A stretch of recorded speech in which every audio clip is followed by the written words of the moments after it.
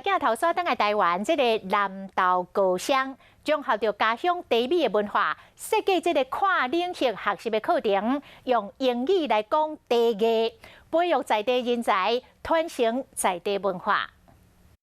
地艺术展现地艺文化，老师伫边用英语来解说。这是南投高商为着学生多元学习，结合南投县的地美，设计出地艺文化的英语教学课程。在课程中，它可以结合活动，或者是结合在地产业的需求，去做一些交流跟连结。 对传统文化当中学英语，除了会当让学生亲身感受地艺文化的水，未来嘛会当用英语和外国人了解南投县地美的文化。因为我平常就是不太喜欢喝茶这样，然后就可以让我就是认识到更多的茶。以后如果遇到外国人的话，就是可以介绍一些茶。